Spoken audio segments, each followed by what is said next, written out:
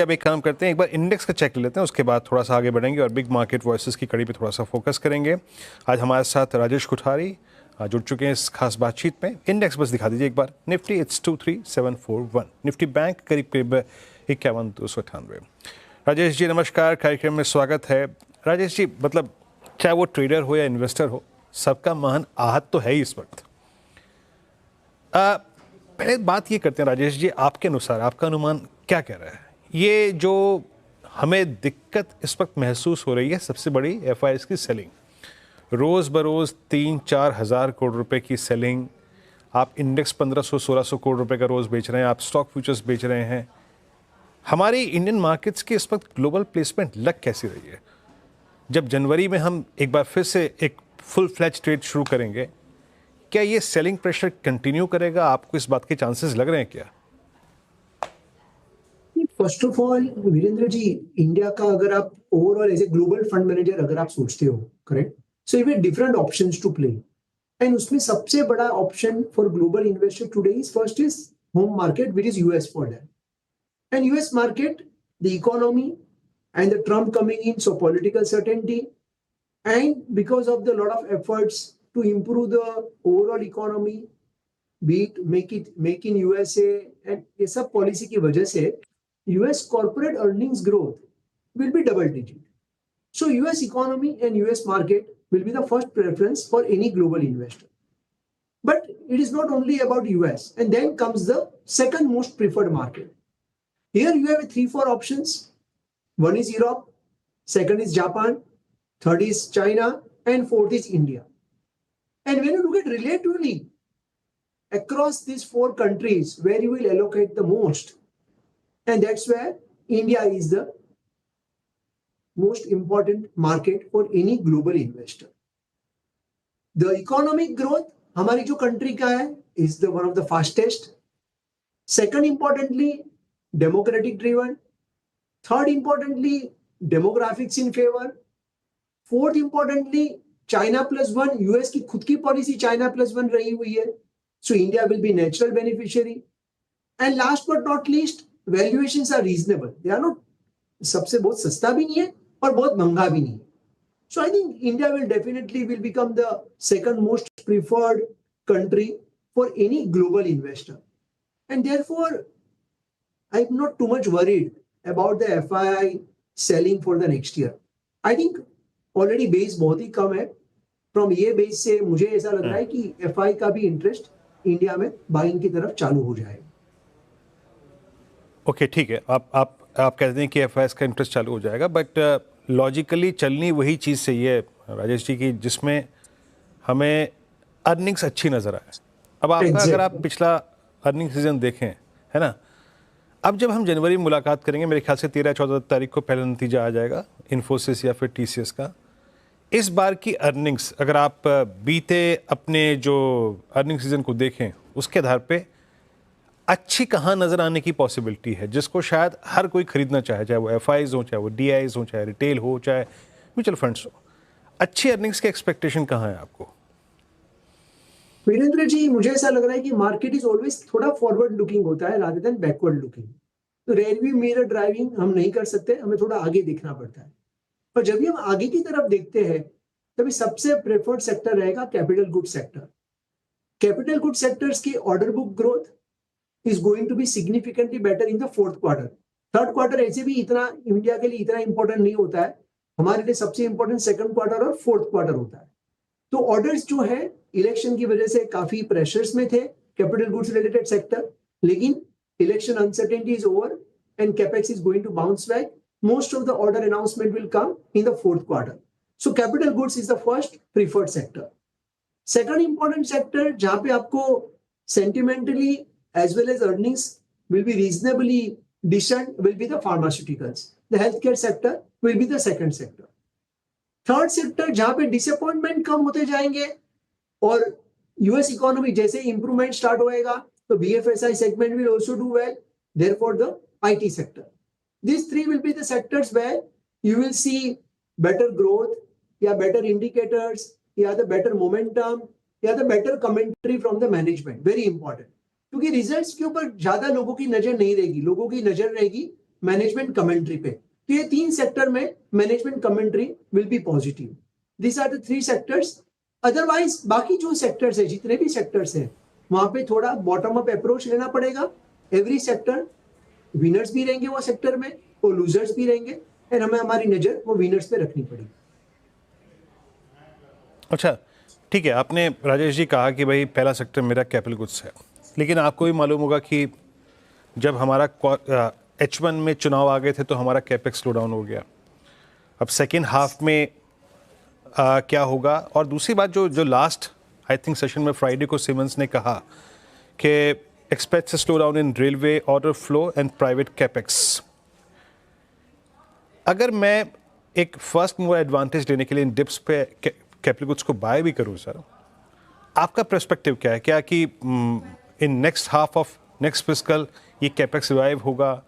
और अगर मैं यहाँ पे खरीदारी करता भी हूँ तो मुझे कितना टाइम वेट करना पड़ेगा? एटलीस्ट पर्सपेक्टिव साल 2 साल का रखना पड़ेगा यहाँ से?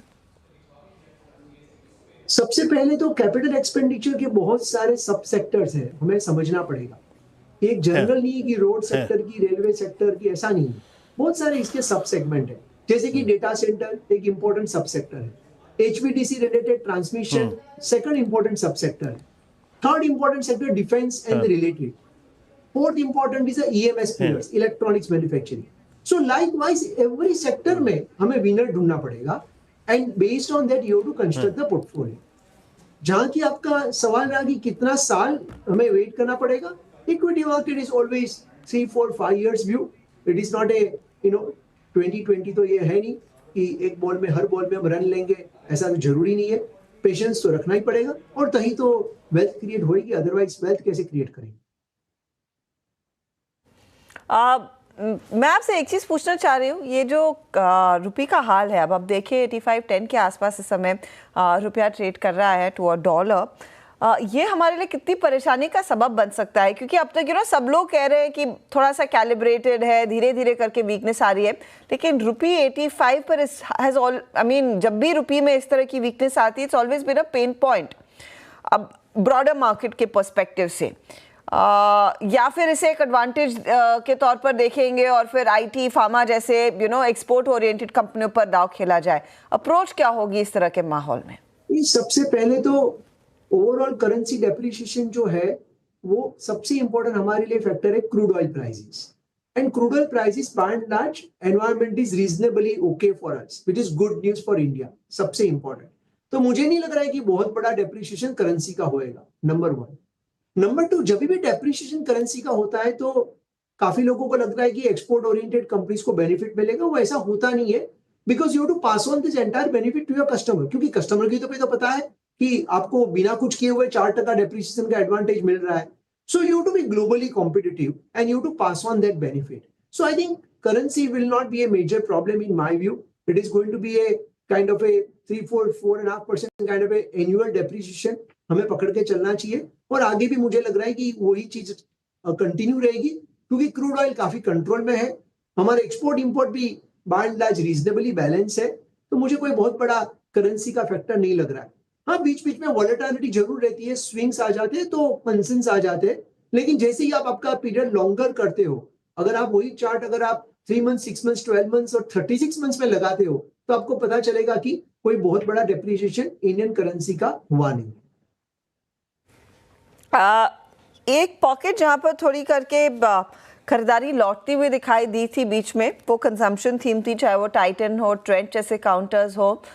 इस पर आपकी अप्रोच क्या रहेगी कि यहाँ पर जो बीच में हमें लग रहा था कि शायद वो के शेप, एटलीस्ट 2 साल पहले के शेप रिकवरी थी, पर वो पूरी तरह से उलट गई, और ऑफ कोर्स अर्बन के बगैर बजाय ग्रामीण इलाके और टियर 1, टियर 2 में डिमांड बढ़ती हुई दिखाई दी थी। ये किस तरह का प्ले होगा और कैसी कंपनियों को फोकस में आप फिर रखेंगे? हर्षिता, ये एक मिथ है कि अर्बन स्लो डाउन है और रूरल अच्छा कर रहा है, ऐसा एक्चुअली होता नहीं है। स्लो डाउन कंपनीज ने फेस किया है, शायद कंज्यूमर ने फेस नहीं किया है, करेक्ट? अगर आप ओवरऑल कंजम्पशन बास्केट देखोगे तो कंपटीशन इज गोइंग अप, काफी नई ब्रांड्स आ रही है, काफी प्रोडक्ट इनोवेशन हो रहा है। अगर आप देखोगे कि इंडिया की लार्जेस्ट FMCG कंपनी है, वो सिर्फ 4% पे ग्रोथ कर रही है, लेकिन वही इंडियन कंज्यूमर सेक्टर में इंडिया की लार्जेस्ट रिटेल कंपनी है, वो 40% पे ग्रोथ कर रही है। So important is companies have to innovate, you have to launch the right product at the right price, make it aspirational product and make it affordable product. ये जो aspirational और affordability का जो combination है वो बहुत कम कंपनियां कर पा रही है, and because of that आपको लग रहा है कि consumer companies are under pressure. लेकिन one of our portfolio company जो है for example which is India's largest retail company, उसने तो 40% ग्रोथ ये क्वार्टर में भी डिलीवर किया हुआ है. सो आई डोंट थिंक कि कोई बहुत बड़ा कंज्यूमर पे प्रेशर है कि अर्बन स्लोडाउन में है. ऐसा छोटा है, very small effect is there, but I do not see any major effect कि बहुत बड़ा कोई स्लोडाउन है. Companies need to have the right strategy. Companies को सही प्रोडक्ट सही प्राइस पे लॉन्च करने पड़ेंगे. अगर वो करते हैं तो कंपनीज में ग्रोथ आएगा, और अगर वो फेल होते हैं वो करने में तो competition will take away market share. और वो जो कंपटीशन है काफी सारे अनलिस्टेड स्पेस में है, काफी सारे डायरेक्ट B2C ब्रांड्स है, काफी सारे brands funded by private equity है, तो they are happily taking away the market share from the traditional players. Budget day पर ट्रेड के लिए तैयार है राजेश जी? सारे डिटेल्स आना शुरू हो गए हैं. 9 से 3:30 बजे NSE ट्रेड करेगा और ऑफ कोर्स कमोडिटी मार्केट्स 11 बजे तक खुले रहेंगे. हमारी तो यही इच्छा है कि कोई डिसअपॉइंटमेंट टैक्स लेवल पे ना आवे. That's basically the biggest worry right now on the street. So I hope there are no major disappointments on it. ये क्योंकि आपने टैक्स वाला मुद्दा उठाया, एवरी बजट वो ITC में टैक्स बढ़ जाएगा उसका खूब डर रहता है, और अब तक वो नहीं हुआ एटलीस्ट इन लास्ट 2-3 बजट्स. लेकिन अब की बारी जब हम GST काउंसिल की बैठक में उतर रहे थे तब ये था कि शायद सिंटैक्स लगाया जा सकता है, वहां पर 35% की टैक्स की बात हो रही थी. अब कंसिडरिंग इस पर चर्चा हुई है कहीं ना कहीं, अब वो विचार आया है, क्या वो बजट का हिस्सा बन सकता है? वो नोज इस पे स्पेकुलेट करके हर्षदा कुछ फायदा नहीं है. I think we have to wait for the final day कि वो डे पे क्या अनाउंस हो रहा है, और उसी हिसाब से वी नीड टू रिएक्ट, क्योंकि इसमें कोई प्रेडिक्शन करके is not going to make any sense. I don't think it is good to forecast such things. Let them do their job and let's be listeners on that day and then act accordingly. वो syntax लगेगा या नहीं. अच्छा, ये popcorn पर आपके क्या विचार है? कंसिडरिंग PVR जैसा स्टॉक तो वैसे भी एक बड़ा अंडर परफॉर्मर रहा है, और एक चीज जिससे अच्छी खासी कमाई होती थी वहां पर भी GST बढ़ने वाला है. वेल, कमाई तो मैन्युफैक्चरर को हो ही रही है, कमाई तो कंपनी वाले को हो रही है. और अभी अगर आप 500 रुपए की मूवी टिकट खरीदोगे तो 50 रुपया के और पॉपकॉर्न खरीद लोगे, 10 रुपये और बढ़ जाएगा. तो आई डोंट थिंक जो आदमी जो कस्टमर PVR में जाता है वो इतना प्राइस सेंसिटिव है कि वो 5 रुपया GST बढ़ जाएगा तो पॉपकॉर्न नहीं खरीदेगा. ऐसा नहीं है. हो सकता है कि they can reduce the popcorn size, जो ग्रामेज है वो थोड़ा कम कर देंगे, प्राइस पॉइंट सेम रख देंगे, तो जो लेने वाले हैं वो तो पॉपकॉर्न अभी भी खाएंगे, क्योंकि आपको मूवी देखना है और पॉपकॉर्न खाना है. So it's a smart move by the government, I must say. It's a smart move by government. लेकिन अच्छा, अगर मूलभूत चीज़ पे आए, बट आपको लगता है राजेश जी कि अभी जो स्क्रीन पे ऐसा कंटेंट है जो कि OTT को चैलेंज कर पाए? I don't think so. I think हम तो ये generally like PVR और इस तरह की businesses जो है we have been avoiding from almost last 5 years, क्योंकि हमें नहीं पता है कि ये तो basically पूरी स्पेस इज डिफरेंट. ये पूरी डिस्ट्रप्शन पे है, और ऑलरेडी डिस्ट्रप्शन हो रही है. There is no point of debate. इसमें कोई डिबेट की बात ही नहीं है, कोई चर्चा नहीं है. ऑलरेडी डिस्ट्रप्टेड स्पेस है, and the businesses have to evolve. Business models change होने पड़ेंगे तो ही आपको ग्रोथ मिलेगा. अगर बिजनेस मॉडल चेंज नहीं करोगे तो यहाँ पे ग्रोथ आना बहुत ही मुश्किल है. बहुत ही कॉम्पिटिटिव फील्ड हो गया. चलिए राजेश जी, बहुत बहुत शुक्रिया. बहुत अच्छे से बातचीत हुई आपसे आज, हर टॉपिक पे, हर सेक्टर पे, इसकी प्लेसमेंट पे. बहुत बहुत शुक्रिया, बहुत बहुत शुक्रिया सर. और आपको नव वर्ष की अग्रिम शुभकामनाएं सर राजेश जी, नव वर्ष की भी और क्रिसमस की भी, क्योंकि थैंक्स वेरी मच. बहुत बहुत शुक्रिया आपका, बहुत बहुत शुक्रिया.